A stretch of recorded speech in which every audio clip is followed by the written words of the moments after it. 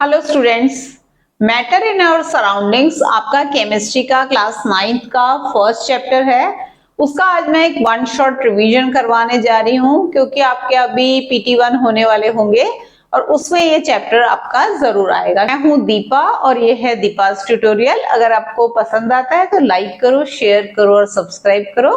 तो स्टार्ट करते हैं मैटर इन आवर सराउंडिंग। तो सबसे पहली चीज आती है कि मैटर है क्या। So matter is anything that has mass and occupies space। कोई भी ऐसी चीज जिसमें मास है और जो जगह घेरती है वो मैटर है। ठीक है, कुर्सी, लोहा, टेबल, मेटल, किताब, पेपर, ये सब आपके मैटर हैं। ठीक है, तो पुराना अगर हम फिलॉसफी लें, इंडियन फिलॉसफी में हम देखते हैं कि पदार्थ बोला महर्षि कणव ने और उन्होंने बोला वो पंच तत्वों से मिलके बना है, पृथ्वी, जल, अग्नि, वायु और आकाश। ठीक है, तो इन चीजों से मिलकर के बना है। और उसके बाद ग्रीक फिलॉसफी में भी आपके मैटर की बात हुई है। तो वे मैटर की प्रॉपर्टीज की बात करते हैं। सो जैसे कि हमने कहा anything that has mass and occupies space is matter. तो लव और हेट मैटर नहीं है, लेकिन बुक है, पेपर है, ये सब चीजें मैटर है। प्रॉपर्टीज क्या क्या होती हैं, तो पहली हम प्रॉपर्टी ले लेते हैं, matter is made up of particles. Particle से मिलके बना है। दूसरी हम प्रॉपर्टी ले लेते हैं, particles of matter are very small. तीसरी जो प्रॉपर्टी है, particles of matter have space between them. तो ये अगर मैं इन दोनों को जो है इस एक्टिविटी के बेसिस से समझा सकती हूँ कि मैंने दो बीकर लिए, एक बीकर में इस लेवल तक सॉल्ट ले लिया और दूसरे बीकर में मैंने इस लेवल तक वाटर ले लिया। और उसके बाद जब मैं इस वाटर को यहाँ डालती हूँ या सॉल्ट को मैं इसमें डालती हूँ तो एक्सपेक्टेड था कि यहाँ पर जो है सॉल्ट जो है एक शीट की तरह आ जाता, लेकिन ऐसा नहीं होता है। ठीक है, एक्चुअली क्या होता है, सॉल्ट के पार्टिकल भी बहुत स्मॉल है और वाटर के पार्टिकल भी बहुत स्मॉल है और इनके बीच में स्पेसेस हैं। तो ये जो सॉल्ट के पार्टिकल हैं वो वाटर पार्टिकल्स के बीच के स्पेसेस को ऑक्यूपाई कर लेते हैं और ये इसका वाटर का लेवल जो है नहीं बढ़ता, वो यहीं तक रहता है। कोई एक्सपेक्टेड, हाँ बहुत ज्यादा डाल दोगे फिर आपका थोड़ा सा इंक्रीज दिखेगा, लेकिन थोड़ा बहुत सॉल्ट डालने पे आपको उसमें इंक्रीज नहीं दिख रहा है। तो ये एक्टिविटी जो है आप इन दोनों के लिए ही यूज कर सकते हो। ये जो प्रॉपर्टीज है सारी पार्टिकल ऑफ मैटर की प्रॉपर्टीज है। अब चौथी वाली जो प्रॉपर्टी है, particles of matter are continuously moving, इसके लिए आप क्या कर सकते हो, अगर आपने वाटर लिया, इसमें आपने KMnO4 जो पिंक कलर का सॉल्ट होता है, KMnO4 के आपने कुछ क्रिस्टल्स लिए और इसमें डाल दिए, तो आप क्या देखोगे कि थोड़ी देर में ना बगैर हिलाए ये आपका पूरा वाटर पिंक हो जाएगा, क्योंकि particles of matter are continuously moving. Diffusion हो गया, हायर कॉन्सेंट्रेशन से लोअर कॉन्सेंट्रेशन की ओर को ये मूव कर गए हैं। ठीक है, तो ये आपका आ गया particles of matter are continuously moving. इसके अलावा है particles of matter attract each other. आप एक नेल को हैमर से मारोगे तो वो दो टुकड़े नहीं होती है जल्दी आसानी से, क्योंकि उसके पार्टिकल्स में बहुत ज्यादा अट्रैक्शन फोर्स होता है सॉलिड होने की वजह से। ठीक है, इसके अलावा टैप से वाटर आ रहा है, उसकी स्ट्रीम पे आप हाथ रखोगे, स्ट्रीम के दो हिस्से तो हो जाएंगे लेकिन फिर वो रीजॉइन हो जाएगी। तो particles of matter attract each other, ये भी ठीक है, ये हो गया। तो ये 5 प्रॉपर्टीज हो गई। अब इसमें से particles of matter are very small के लिए इन्होंने एक और एक्टिविटी दी हुई है एनसीईआरटी में। उसमें उन्होंने क्या किया है, ये उन्होंने लिया 100 ml वाटर, इसमें उन्होंने KMnO4 के 2-3 क्रिस्टल्स डाले हैं। 2-3 क्रिस्टल डालने से ये हो गया है पिंक। अब इसका डाइल्यूशन किया, इसमें से इन्होंने 10 ml लिया और प्लस 90 ml उन्होंने वाटर डाल दिया, अभी भी ये पिंक है। फिर से इन्होंने इस पूरे सॉल्यूशंस में से 10 ml लिया, फिर से 90 ml वाटर डाल दिया। तो even after 2-3 times of dilution the water is still pink, which shows the presence of KMnO4 crystals in it। और रिमेंबर हमने 2-3 क्रिस्टल्स ही लिए थे। It shows that particles of matter are very small। ठीक है, तो ये एक्टिविटी भी आपकी इंपॉर्टेंट है, केस स्टडी टाइप में भी आ सकती है। इसी के एंड में इन्होंने कुछ इंटेक्स क्वेश्चन दिए हुए हैं जिसमें से आपको पहचानना है कि कौन मैटर है, जो आप पहचान लोगे। ये रीजन है कि smell of hot sizzling food reaches you several meters away, but to get the smell from cold food you have to go close। तो हॉट सिजलिंग फूड के पार्टिकल्स की एनर्जी जो है हाई है और वो कॉन्टिन्यूअसली मूविंग है, they reach your nose and you can smell it. जबकि कोल्ड फूड के पार्टिकल्स की एनर्जी जो है वो कम है और वो आप तक नहीं पहुंच पा रही है। अगला है diver is able to cut through water in a swimming pool, which property of matter does this observation show? Particles of matter have spaces between them. The same you cannot do with the solid substance because there is very little space. फिर उसके बाद characteristic of particles of matter जो कि आप बता सकते हो। अब इस तरह से आपके पास 3 states of matter हैं, solid, liquid और gas। वैसे तो 5 हैं, प्लाज्मा स्टेट और बोस आइंस्टाइन कॉन्डेंसेट जो लास्ट में थोड़ा सा मेंशन किया हुआ है, उसके बारे में हम लास्ट में बात करेंगे। बेसिक बात हम करते हैं सॉलिड, लिक्विड और गैस। तो इसके लिए हमें कुछ कुछ प्रॉपर्टीज को देखना होगा। तो सॉलिड, लिक्विड और गैस में जो हम डिफरेंस करेंगे वो हम इन डिफरेंट प्रॉपर्टीज के बेसिस पे करेंगे, 9 प्रॉपर्टीज के बेसिस पे, ठीक है। तो शेप की बात हो रही है। शेप क्या होता है? सॉलिड का शेप क्या होता है? फिक्स्ड होता है, ठीक है। और लिक्विड का शेप कैसा होता है? ये ले लेते हैं शेप ऑफ कंटेनर, और गैस भी ले लेती है शेप ऑफ कंटेनर। वॉल्यूम क्या होता है इसका? वॉल्यूम है फिक्स्ड, ठीक है। लिक्विड का वॉल्यूम भी फिक्स्ड है, जो उसने जगह घेरी है, मतलब जितना ml वो था उतना ही ml रहेगा, चाहे आप उसको किसी भी बर्तन में डालो। और गैस का क्या होता है? Occupies the volume of the container, ठीक है। उसके बाद काइनेटिक एनर्जी। अब सॉलिड के पार्टिकल्स तो मूव करते हैं नहीं, काइनेटिक एनर्जी क्या होती है?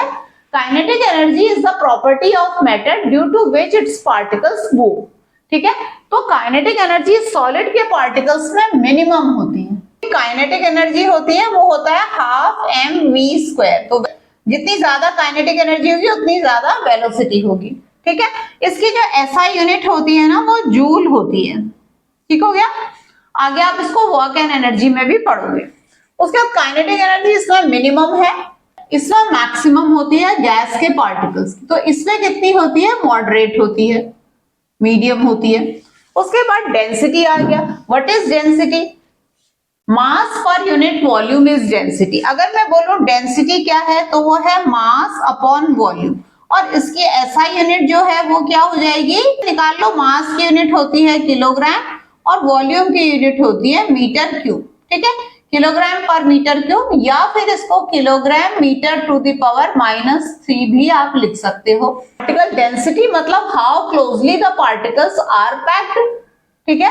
तो सॉलिड के जो पार्टिकल की डेंसिटी होती है वो मैक्सिमम होती है, बिल्कुल क्लोजली पैक्ड रहते हैं। इसकी मॉडरेट होती है और इसकी होती है मिनिमम। कॉमन सेंस की बात है सब। Rigidity is the ability of matter to maintain its shape. तो कौन अपनी शेप मेंटेन कर सकता है? सॉलिड्स। तो सॉलिड्स में जो रिजिडिटी होती है वो मैक्स होती है, लिक्विड में मॉडरेट होती है और इसमें होती है नेग्लिजिबल, ठीक है। तो गैसेस के पार्टिकल्स में जो रिजिडिटी होती है वो नेग्लिजिबल होती है, बिल्कुल भी अपना शेप मेंटेन नहीं करती।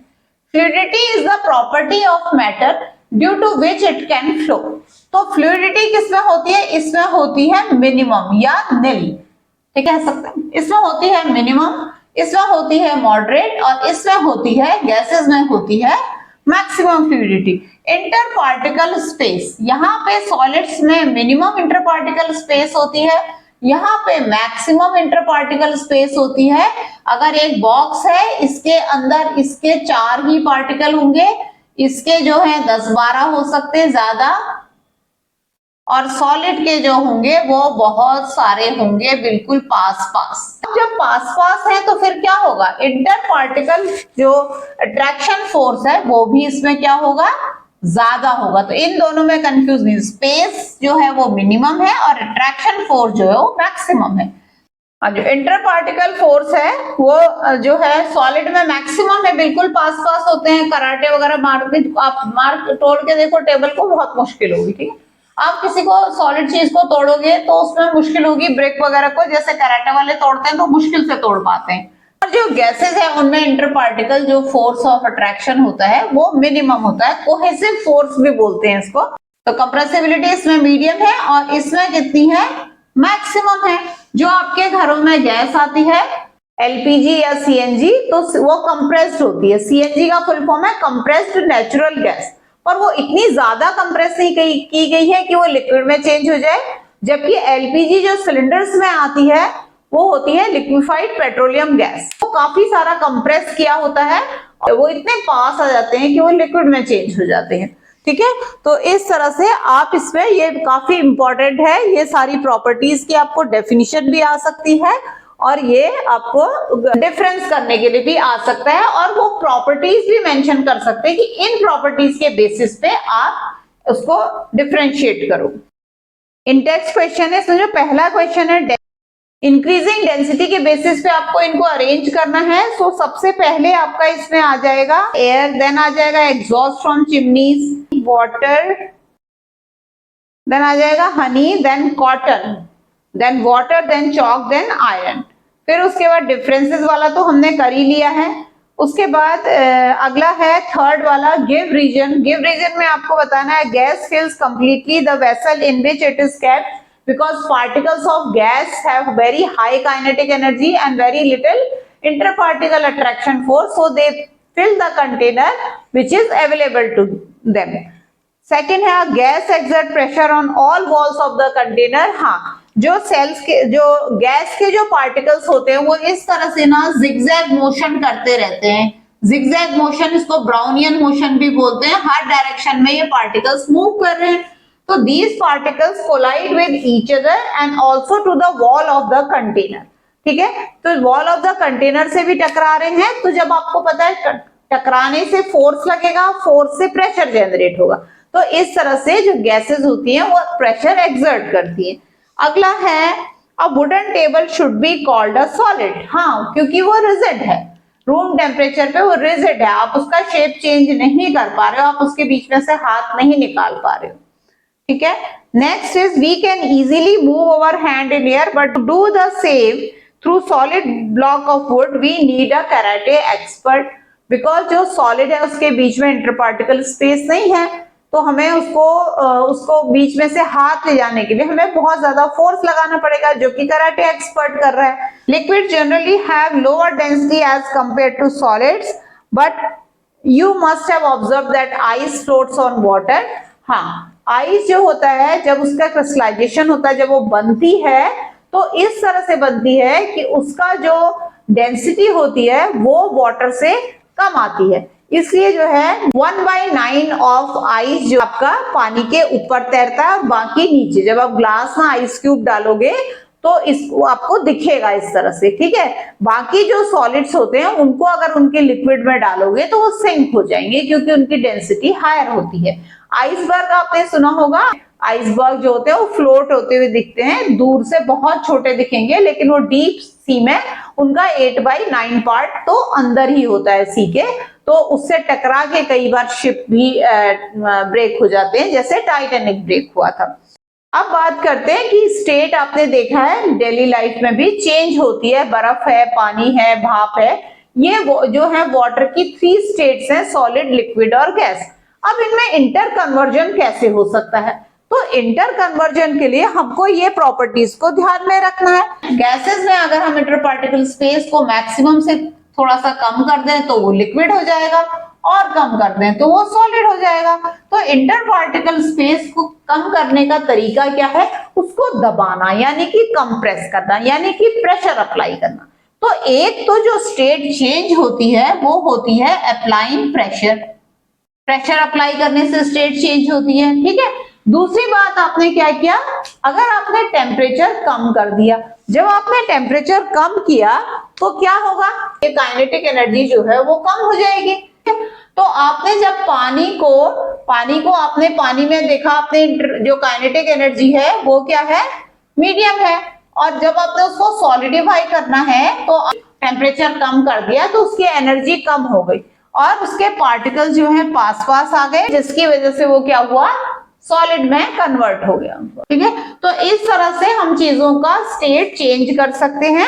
तो आपके उसमें एक एक्टिविटी है, जो ये आपको दिख रहे हैं 2 डायग्राम 1.4.1, और आप देख रहे हो इसमें 2 एक्टिविटी हैं। पहली एक्टिविटी में बीकर में आइस रखी हुई है, सपोज करो -4 डिग्री सेल्सियस पे, तो इसमें इसके अंदर इन्होंने एक ग्लास स्टरर रखा है और एक थर्मोमीटर रखा है। ग्लास स्टरर इसलिए रखा है कि यूनिफॉर्म हीटिंग हो, वो स्टर करते रहेंगे उसको। दूसरी बात, इसमें लगा हुआ है थर्मोमीटर, और थर्मोमीटर को उसने नीचे बेस से टच नहीं कर रखा, नहीं तो वो टेम्परेचर की रीडिंग सही नहीं आएगी। आइस को इसको मेल्ट करना शुरू किया तो मान लो -4 डिग्री सेल्सियस टेम्परेचर था, तो टेम्परेचर क्या हुआ, धीरे धीरे बढ़ना शुरू हुआ। 0 डिग्री सेल्सियस पे आके ये टेम्परेचर बढ़ना बंद हो गया। ठीक है, अब जो है चाहे आप 2 लैंप जला लो पर टेम्परेचर नहीं बढ़ेगा। कब तक नहीं बढ़ेगा, जब तक सारी की सारी आइस जो है वो वाटर में चेंज ना हो जाए। तो आपने जो हीट प्रोवाइड की वो हीट कहाँ गई, वो हीट खर्च हो गई स्टेट को सॉलिड से लिक्विड में चेंज करने में। अब क्योंकि ये हीट जो आपने प्रोवाइड की ये दिख नहीं रही है, ये लेटेंट है, ये हिडन है, तो इसको हम बोलते हैं लेटेंट हीट ऑफ फ्यूजन। ठीक है, 0 डिग्री सेल्सियस पे जो बोलते हैं, पूछते हैं कि 0 डिग्री सेल्सियस पे वाटर की स्टेट क्या है, तो सॉलिड नहीं बोलोगे, लिक्विड नहीं बोलोगे, it is solid and liquid. सारा सॉलिड अभी लिक्विड में कन्वर्ट नहीं हुआ, हो रहा है। तो जो हीट आप प्रोवाइड कर रहे हो लेटेंट हीट ऑफ फ्यूजन के फॉर्म में स्टोर हो रही है। ठीक है, तो at 0 degree Celsius water has more energy, so ice has less energy and ice is better for cooling something. आपको दूध ठंडा करना है, बर्फ और ठंडा पानी, आपके पास 2 ऑप्शन है, तो आप बर्फ डालो। उसके बाद फिर क्या होगा, 0 डिग्री के जब सारी आइस मेल्ट हो जाएगी वाटर में, फिर से टेम्परेचर इंक्रीज होना शुरू होगा 100 डिग्री सेल्सियस तक, और 100 डिग्री सेल्सियस पे फिर से टेम्परेचर इंक्रीज होना बंद हो जाएगा। अब जो आप हीट प्रोवाइड कर रहे हो वो उसकी स्टेट चेंज करने में खर्च हो रही है, और वो हिडन है, लेटेंट है, लेटेंट हीट ऑफ वेपोराइजेशन।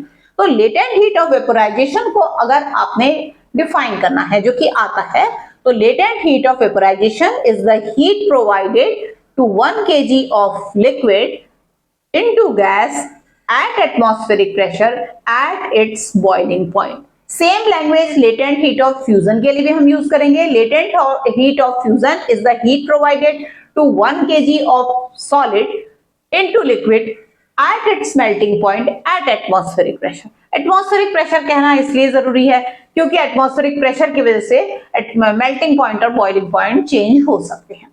ठीक है, तो ये आपका जैसे वाटर है उसका मेल्टिंग पॉइंट 0 डिग्री सेल्सियस है और उसका बॉइलिंग पॉइंट जो है 100 डिग्री सेल्सियस है, और इसमें से आपके काफी क्वेश्चंस आते हैं। उसके बाद फिर आपका है सब्लिमेशन। सब्लिमेशन क्या है, जैसे अभी आपने देखा मेल्टिंग था और वेपोराइजेशन था, ठीक है ना। अब आपने एक नई चीज पढ़नी है, वो है सब्लिमेशन। आपने देखा होगा कपड़ों में ना नैफ्थलीन बॉल्स डालते हैं, या पूजा में वो कपूर यूज होता है, तो जब हम उसको कपड़ों में अगर हम नैफ्थलीन बॉल्स डालते हैं तो वो कुछ टाइम बाद गायब हो जाती है, लेकिन कुछ वाटर का निशान नहीं रहता है क्योंकि वो उड़ गया है, यानी कि सबलाइन हो गया है। तो change of matter from solid to gas without going into liquid state is sublimation.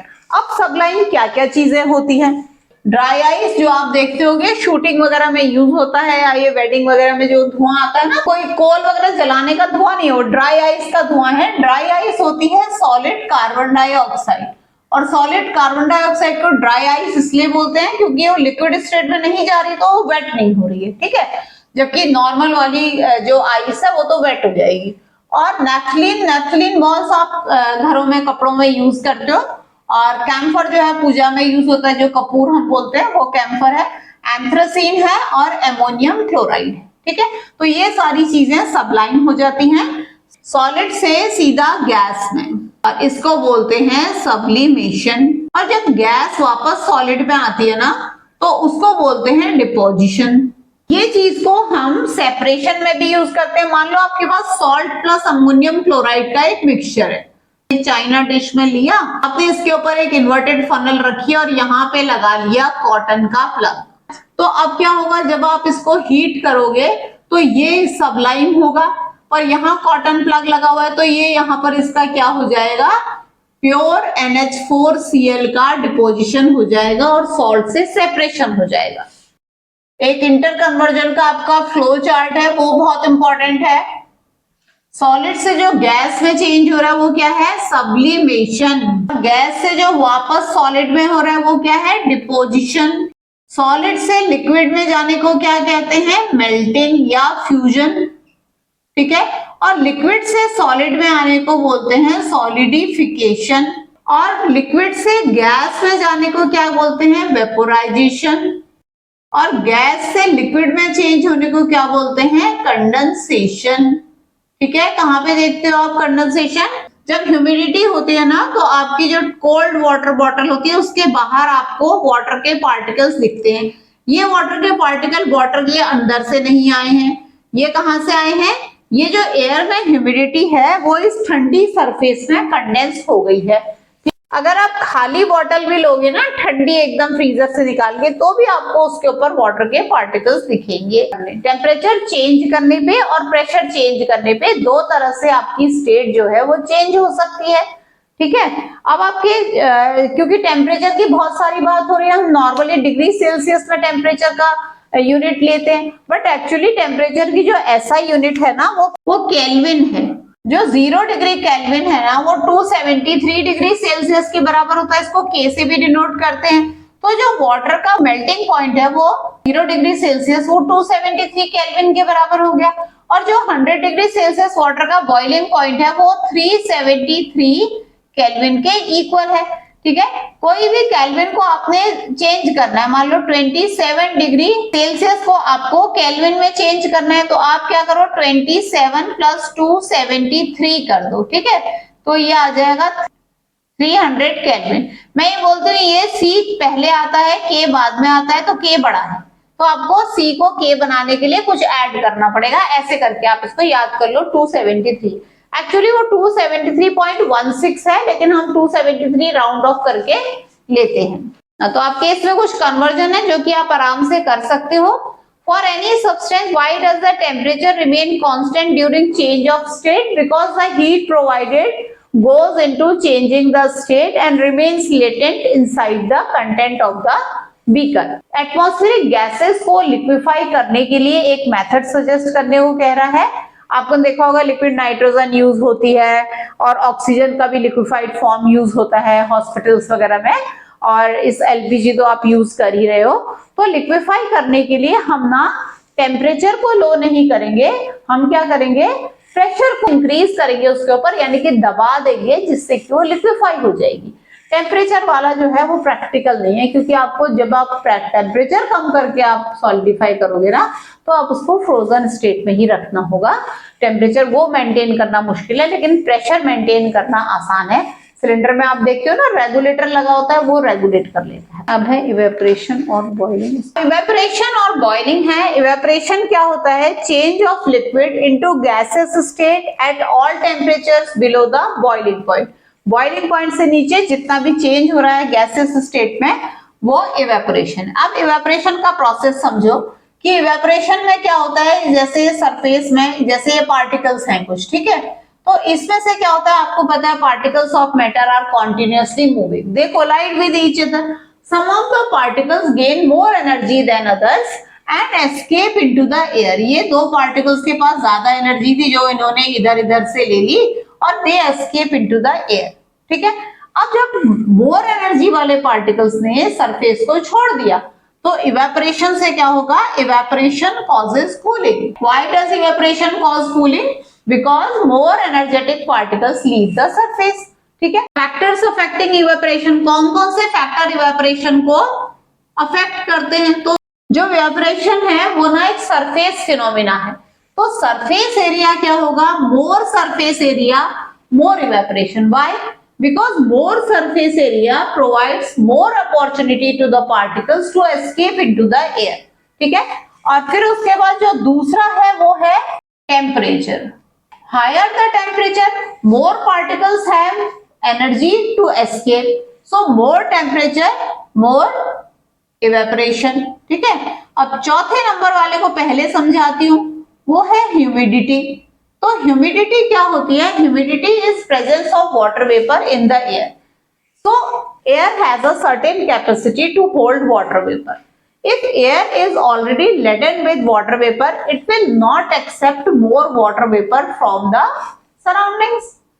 So, when there is high humidity, there is less evaporation. ठीक है, तो ये उल्टा वाला है। अब उसके बाद जो तीसरे नंबर का है वो है विंड स्पीड। विंड स्पीड में क्या होगा, आपने यहाँ पर एक कोई चीज ठंडी होने के लिए रखी हुई है, ठीक है। अब क्या हुआ, इससे से इवेपोरेशन हुआ और इसकी जो ऊपर वाटर वेपर आ गई।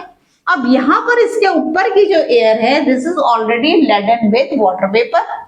सो आपने फैन चला दिया, फैन चलाने से क्या हुआ, ये विंड स्पीड आपने दे दी, तो विंड ये वाटर वेपर यहां से हट गई। More water vapour will go into the air, more evaporation will take place. When the wind speed is high, water vapor from above the metal is removed and more water vapor can go into the air. So ये तीनों से क्या होगा, directly proportional है। Directly proportional का मतलब होता है इन चीजों के बढ़ने पे वो बढ़ रही है, और इसमें क्या है, ये है इनवर्सली प्रोपोर्शनल, यानी कि high humidity low rate of evaporation, ठीक है। अब उसके बाद बॉइलिंग है। बॉइलिंग और इवेपोरेशन में आपका काफी डिफरेंस करने के लिए आता है। सो boiling, evaporation is a very silent process going on all the time. So evaporation is a silent process, boiling is a violent process. Evaporation depends upon 4 factors: surface area, humidity, temperature and wind speed, while boiling depends only upon the atmospheric pressure and heating. जो boiling है वो एक bulk phenomena है, जबकि evaporation एक surface phenomena है। evaporation causes cooling, boiling does not cause cooling, ठीक है। तो ये आपका बॉइलिंग और इवेपोरेशन के बीच में डिफरेंस है। इवेपोरेशन से रिलेटेड रीजन काफी सारे आते हैं आपके। Should we wear cotton clothes in summer, because cotton clothes absorb sweat. Sweat is available for evaporation and evaporation causes cooling. जबकि जो सिंथेटिक क्लोथ्स है वो पसीने को ना स्किन से एब्जॉर्ब ही नहीं कर रहे हैं, तो फिर वो इवेपोरेशन उसका कैसे हो पाएगा। बात है, अगर आपको जैसे आप परफ्यूम डालते हो, पेट्रोल डालते हो हाथ में, नेल पॉलिश रिमूवर, परफ्यूम वगैरह डालते हो, इजीली इवेपोरेट हो जाते हैं। और for evaporation they are absorbing heat from our palm, that's why we feel cold, our palm feels cold. Then उसके बाद है a desert cooler is very good on a hot dry day, ठीक है। एक डेजर्ट कूलर के अंदर जो panels लगे होते हैं उसमें ऑलरेडी सरफेस एरिया ज्यादा है, फैन चल रहा है, विंड स्पीड ऑलरेडी ज्यादा है, वो पूरे साल ही रहेगी। लेकिन जो हॉट ड्राई डे है उसमें ह्यूमिडिटी जो है आपकी वो लो है और टेम्परेचर हाई है। Because of high temperature and low humidity more evaporation is taking place and more evaporation more cooling. Why does the water kept in the earthen pot becomes cool? So earthen pot has very tiny pores on its surface. तो वहां से water बाहर निकलता है हल्के हल्के, and this water is available for evaporation in the outer atmosphere and evaporation causes cooling. उसके बाद आपका है why are we able to sip hot tea from a saucer rather than from a cup. So cup का surface area कम है और saucer का surface area ज्यादा है। More surface area more evaporation, evaporation causes cooling. तो चाय ठंडी हो रही है और आप उसको आराम से पी पा रहे हो। एक्सरसाइज में जो क्वेश्चन है मोर और लेस हमने डिस्कस कर लिए हैं। एक इसमें क्वेश्चन है water, 6 question, water at room temperature is a liquid. तो मेल्टिंग पॉइंट है 0 डिग्री सेल्सियस और जो बॉइलिंग पॉइंट है 100 डिग्री सेल्सियस है, and the room temperature is anywhere in between these two, so it is a liquid. Boiling और melting point के बीच में तो मैटर लिक्विड ही होगा ना। Iron Elmira is solid at room temperature, उसका boiling point बहुत ज्यादा हाई है रूम टेम्परेचर से, और गैसियस तो और भी ज्यादा है, इसलिए वो सॉलिड है। Why is ice at 273 Kelvin is more effective than water? ये इंपॉर्टेंट क्वेश्चन है। 0 डिग्री सेल्सियस यानी 273 केल्विन पे जो आइस है उसने अभी अपनी स्टेट चेंज नहीं की है, उसने अभी लेटेंट हीट नहीं ली है, जबकि वाटर अपनी स्टेट चेंज कर चुका है 0 डिग्री सेल्सियस पे ही है मिक्सचर। तो 0 डिग्री सेल्सियस पे वाटर ने लेटेंट हीट ले ली है, आइस के पास अभी एनर्जी कम है, so ice is better for cooling. Same at 100 degree Celsius steam burns more than water at 100 degree Celsius, because steam ने लेटेंट हीट ले ली है, उसके पास ज्यादा एनर्जी है तो वो ज्यादा बर्निंग कर रहा है। Can get the smell of perfume several meters away, वही पार्टिकल्स ऑफ मैटर है, हाई काइनेटिक एनर्जी, तो या तो उसको गर्म, जैसे खाना गर्म करते हैं तो दूर तक खुशबू आती है, और फिर परफ्यूम है वो रेट ऑफ इवेपोरेशन होता है बहुत हाई होता है, कम टेम्परेचर पे ही ज्यादा इवेपोरेट हो जा रहा है, तो वो दूर दूर तक फैल जाती है। ठीक है, तो ये हमारा चैप्टर यहाँ पे खत्म हुआ है। अगर कोई डाउट है तो जरूर पूछो, और पसंद आया है तो लाइक शेयर और सब्सक्राइब तो आपको करना ही है। Thank you very much.